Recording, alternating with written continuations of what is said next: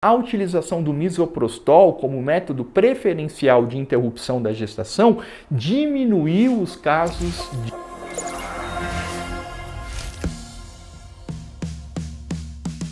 do ponto de vista científico, de que o repouso possa fazer diferença na evolução do quadro. Da mesma forma, a abstinência sexual. Não dá para dizer que a abstinência sexual que costumeiramente nós recomendamos possa fazer diferença na evolução da gestação.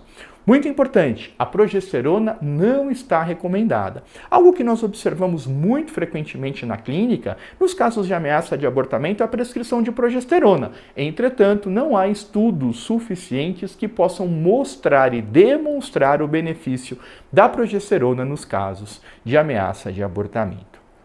Vamos falar sobre o abortamento iminente, inevitável, em curso. Novamente, o nome diz. É um abortamento que está prestes a acontecer, ele é inevitável ou muitas vezes ele já está acontecendo.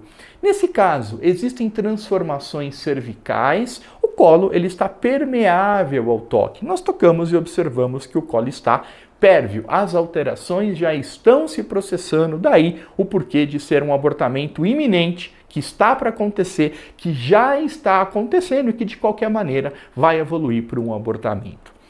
O tratamento desses casos é o esvaziamento uterino. Essa paciente frequentemente está tendo sangramento e com o esvaziamento uterino, seja por aspiração manual intrauterina, seja por curetagem, tem a intenção de acelerar esse processo. Dessa forma, diminuindo o risco de hemorragia e diminuindo o risco de infecções. O colo do útero vai fechar mais rapidamente com o término deste processo e, portanto, esses riscos serão diminuídos. Vamos falar sobre o abortamento incompleto.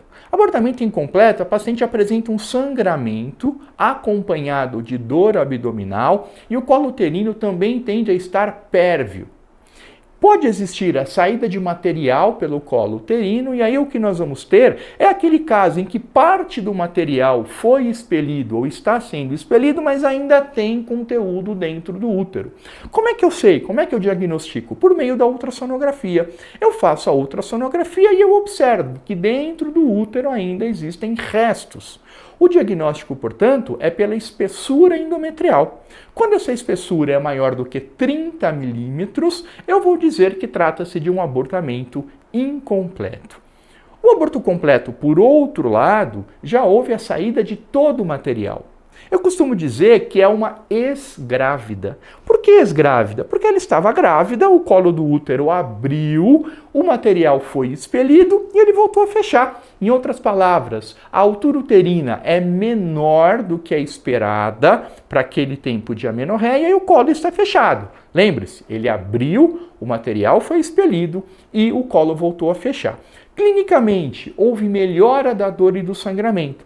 Ela teve um sangramento, ela teve cólica, o colo abriu, o material foi expelido. Durante esse período em que o material está sendo liberado, o sangramento tende a ser mais intenso e quando termina essa eliminação, eu tenho a diminuição do sangramento e o colo uterino fecha, cessam-se as cólicas, tá certo? Bom, a conduta é a orientação, né? E lembrar que quando eu não tenho material para análise anatomopatológica, é muito importante que eu faça beta-HCG seriado até a negativação. Eu preciso ter certeza que aquilo não se trata de uma doença trofoblástica gestacional e até em casos mais graves de um coriocarcinoma. Portanto, lembrar que é importante que se faça o controle seriado até a negativação da beta-HCG. Ultrassonograficamente, eu vejo essa imagem que o endométrio é fino, eu tenho um eco endometrial menor do que 30 milímetros. O conteúdo foi expelido, eu não tenho mais material dentro do útero. Falamos agora de um diagnóstico que é ultrassonográfico. Não é mais um diagnóstico clínico, que é o aborto retido. No aborto retido, o que eu tenho é uma gestação inviável e de mau prognóstico. Em outras palavras, ela não vai evoluir, ela já se interrompeu, em algum momento aquele material vai sair do útero, seja de uma maneira ativa, seja de uma maneira passiva. Ou seja, ou eu faço algum procedimento para eliminar aquele material, ou passivamente o colo do útero vai abrir, aquele material será eliminado.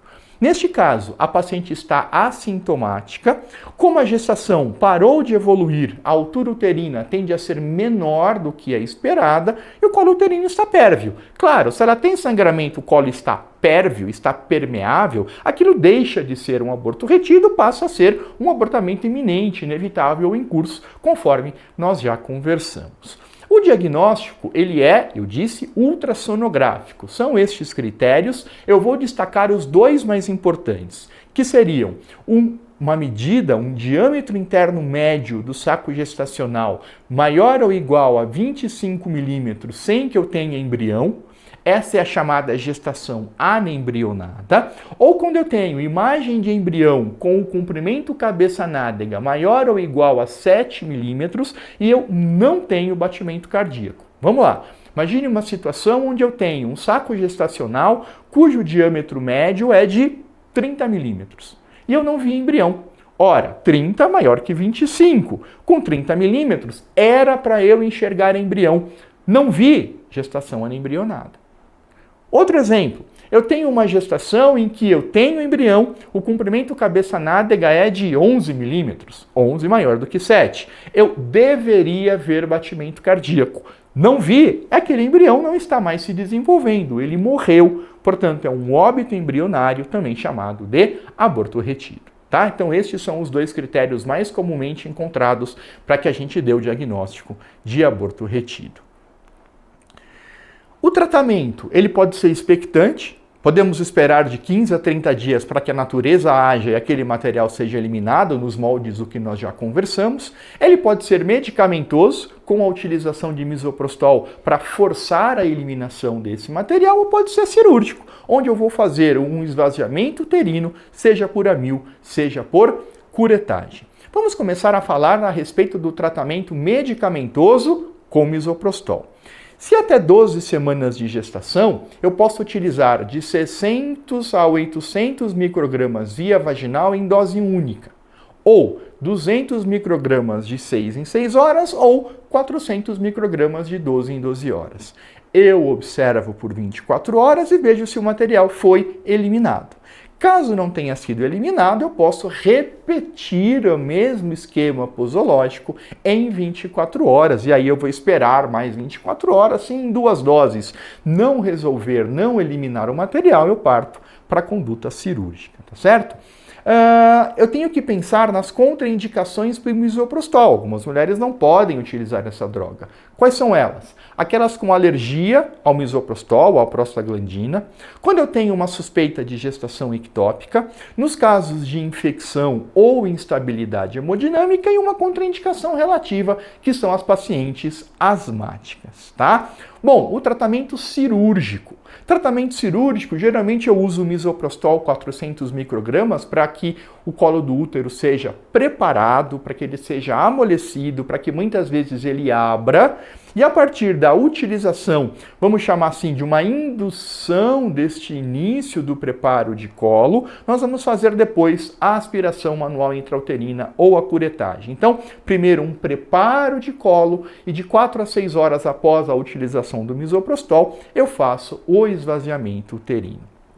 Como complicações, que são complicações raras, que fique bem claro, nós podemos ter o esvaziamento incompleto, algum tipo de lesão cervical, a perfuração uterina ou a hemorragia. Repito, são raras. Assim como são raras as infecções pélvicas, o quadro de sepse, a presença de sinéquias ou a lesão de órgãos adjacentes. Mas são complicações que estão descritas que nós temos que prestar atenção a elas. Por último, vamos falar sobre o abortamento infectado. Abortamento infectado é a complicação clássica do abortamento. Ela acontecia quando havia manipulação uterina. Sem nenhuma dúvida, a utilização do misoprostol como método preferencial de interrupção da gestação diminuiu os casos de abortamento infectado, mas eles podem acontecer, eles podem aparecer no pronto-socorro e nós temos que estar preparados para essas situações. O quadro clínico é um quadro frequentemente de febre e uma queda do estado geral, com alterações de frequência cardíaca, justamente por conta da infecção. Além disso, podemos ter uma dor abdominal, Um sangramento com odor fétido, muitas vezes com fluxo vaginal purulento. Em casos mais graves, em que a infecção não foi contida, podemos haver a evolução para sepse e para a morte dessa paciente. No diagnóstico, é importante que colhemos alguns exames. Vamos coletar hemograma, coagulograma, hemocultura, podemos fazer uma radiografia de abdômen para ver se existem outras complicações, podemos indicar uma ultrassonografia de abdômen e pelve para poder observarmos se existem restos ovulares. Em algumas situações não é o mais comum, não é obrigatório em toda a situação, mas às vezes observar pela tomografia a presença de outras complicações. O tratamento do aborto infectado, basicamente o esvaziamento uterino. Nós temos que tirar aquele material necrótico, aquele material infectado que está dentro do útero. Além disso, nós temos que fazer obrigatoriamente antibiótico terapia. A primeira escolha é um esquema antibiótico de amplo espectro, pois a infecção frequentemente é causada por gram-positivo, gram-negativo e anaeróbio, e esse esquema de primeira escolha, portanto, gentamicina e clindamicina. Temos a possibilidade ou a necessidade de utilizar outros antibióticos, especialmente em casos mais graves, como a penicilina ou a ampicilina, junto com o metronidazol. Nós temos que utilizar o esquema antibiótico até 48 horas após o último pico febril, desde que haja melhora do quadro clínico. Em outras palavras, não há necessidade de completar o tratamento por 7 dias, por 10 dias. Utilizamos o antibiótico 48 horas a febril com melhora do quadro clínico, podemos